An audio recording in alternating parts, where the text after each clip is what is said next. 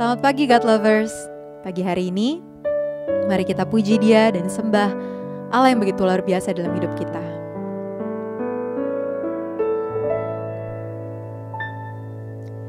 Hanya Kau Tuhan penolongku,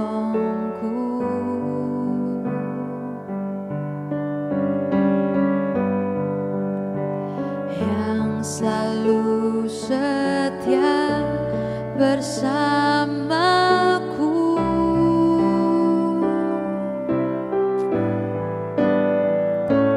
Kasih-Mu yang sanggup mengubah kehidupanku. Sungguh ku berserah, sungguh ku percaya kuasa-Mu terlebih besar. Tuhanku terlebih besar. Tak pernah terlambat janji-Mu ya Tuhan menolong hidupku. Kuasa-Mu terlebih besar. Tuhanku terlebih besar. Tak pernah terlambat janji-Mu ya Tuhan, pulihkan hidupku. Kuasa-Mu terlebih besar. Tuhanku terlebih besar. Tak pernah terlambat janji-Mu ya Tuhan menolong hidupku. Kuasa-Mu terlebih besar. Tuhanku terlebih besar.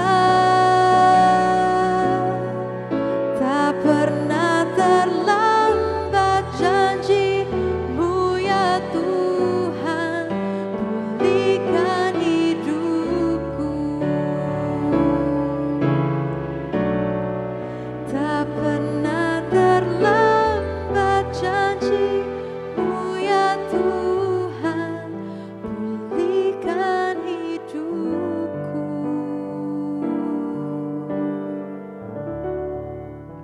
Shalom God Lovers. Dalam seri kedua hari ini, saya ingin membahas lagi tentang bagaimana kita akan mengalami Tuhan, yaitu menyeberangi kemustahilan kita. Jika kemarin saya membawa kita untuk merenungkan bahwa salah satu tantangan terberat dalam hidup kita untuk masuk ke dalam hal yang kita sebut mustahil yang disediakan Allah buat hidup kita adalah Sitim. Sitim tempat transit terakhir bangsa Israel sebelum mereka diperintahkan Tuhan, diarahkan lewat tuntunan Tuhan lewat hambanya Yosua untuk menyeberangi Sungai Yordan. Nah, hari ini saudara, di ayat dari Yosua pasal 3, di ayat yang ketiganya dikatakan begini, dan memberi perintah kepada bangsa itu, segera sesudah kamu melihat tabut perjanjian Tuhan Allahmu yang diangkut para imam yang memang suku Lewi, maka kamu harus juga berangkat dari tempatmu mengikutinya. Di seri kedua ini saudara, saya ingin membahas bahwa untuk bisa menyeberangi kemustahilan hidup kita, kita harus melihat selalu ke arah tabut Tuhan. Ke arah Tuhan. Apa yang ada di tabut Tuhan adalah hukum-hukum Tuhan yang diberikan lewat hamba Tuhan Musa dan tongkat Harun. Nah saudara, orang Israel diminta untuk benar-benar melihat ke arah Tuhan, melihat ke tabut itu, untuk melihat bahwa akan ada tuntunan yang baru. Jika sebelumnya mereka dituntun dengan Musa dan ada hadirat Allah yang nyata di sana, yaitu dalam bentuk tiang awan dan tiang api. Ketika mereka berakhir di Sitim, tiang awan dan tiang api pun berakhir. Berakhirnya kepemimpinan Musa, maka hal itu selesai. Sekarang mereka harus melihat satu benda yang kalau dalam jumlah banyak, yaitu sekitar jutaan orang, saudara, itu tidak mudah terlihat, yaitu tabut Allah atau tabut perjanjian. Nah saudara, itu sebabnya orang Israel harus benar-benar bisa fokus untuk mengikuti, lihat ke arah Tuhan, supaya mereka bisa menyeberangi kemustahilan mereka, menyeberangi sungai Yordan yang meluap-luap itu.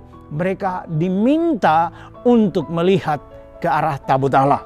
Nah saudara, itu sebabnya ketika kita mau mengalami Tuhan, mengalami hal-hal yang kita sebut mustahil dalam harapan kita di sepanjang tahun yang baru ini atau bahkan bulan baru ini, apapun pengharapanmu, saudara, jangan lupa lihat ke arah Tuhan, karena sang pembuat mujizat hanya Tuhan. Yang melakukan perkara besar, yang melampaui akal dan pikiran manusia, hanya Allah itu sendiri, yang namanya Tuhan Yesus yang kita sembah. Nah itu sebabnya pemazmur, kalau kita lihat, kalau kita ngomong tentang melihat ke arah Tuhan, meminta petunjuknya, Mazmur 1, 2, 3, 2 dikatakan, lihat seperti mata para hamba laki-laki memandang kepada tangan tuannya, seperti mata hamba perempuan memandang kepada tangan nyonyanya. Demikianlah mata kita memandang kepada Tuhan Allah kita sampai Ia mengasihani kita. Jadi saudara, betapa pentingnya melihat ke arah Tuhan. Melihat ke arah Tuhan adalah lihat kepada kebenaran firman. Jadi buat saudara yang pagi ini bangun di jam 6 pagi, saudara mengikuti renungan pagi ini, itu tandanya saudara mau melihat ke arah Tuhan. Supaya hari ini bukan menjadi hari yang biasa buat saudara, tapi hari ini engkau melangkah kepada mujizat, penyediaan, pembelaan Tuhan, kesembuhan yang disediakan buat hidup saudara. Jadi saudara, lihat ke Tuhan itu sama dengan melihat kepada kebenaran firman Allah setiap hari, ya. Dan yang kedua saudara, melihat ke para imam adalah lihat dan perhatikan para pemimpin yang mengarahkan kita. Paulus mengatakan di dalam Filipi 3:17, saudara-saudara, ikutilah teladanku dan perhatikan mereka yang hidup sama seperti kami yang menjadi teladanmu. Di bagian lain Paulus mengatakan, ikuti teladanku sebagaimana aku meneladani Kristus. Saudara, memang tidak semua pemimpin itu bisa diikuti, apalagi gaya hidup mereka atau bahkan mereka tidak menjadi teladan. Tetapi kita di dalam gereja Tuhan, kita bisa melihat Roh Tuhan akan bersaksi kepada kita, menolong kita untuk melihat siapa pemimpin yang harus kita ikuti, kita contohi, kita teladani. Karena ketika Yosua dan para imam mengangkat tabut itu, mereka adalah model, role model yang akan mengerahkan umat Tuhan untuk mengikutinya berjalan ke arah kemustahilan hidup mereka.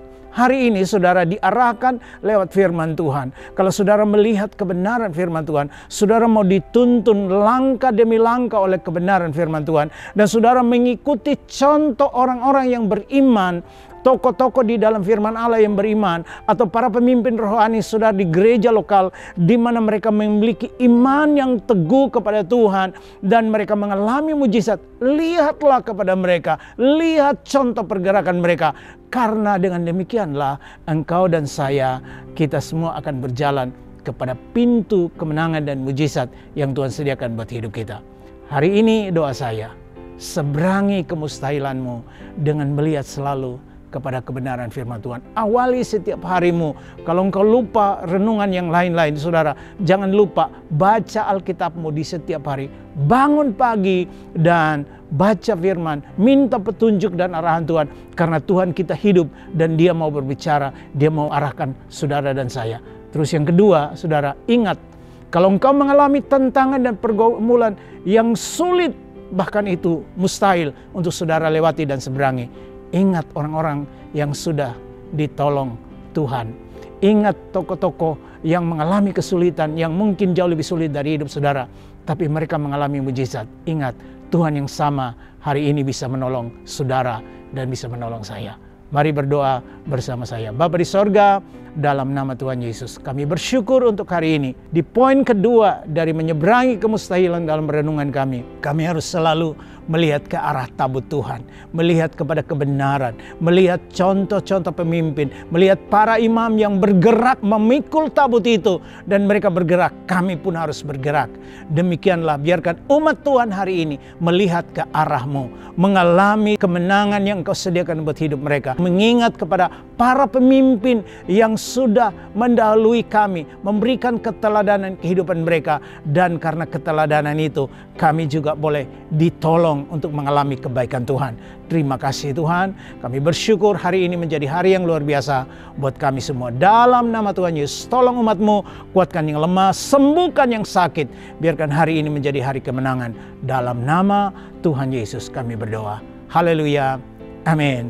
God lovers, kalau Anda diberkati, sekali lagi tak henti-hentinya kami mengingatkan, bagikan channel ini buat orang lain agar mereka juga bisa ikut diberkati. Tuhan Yesus memberkati kita semua dan shalom.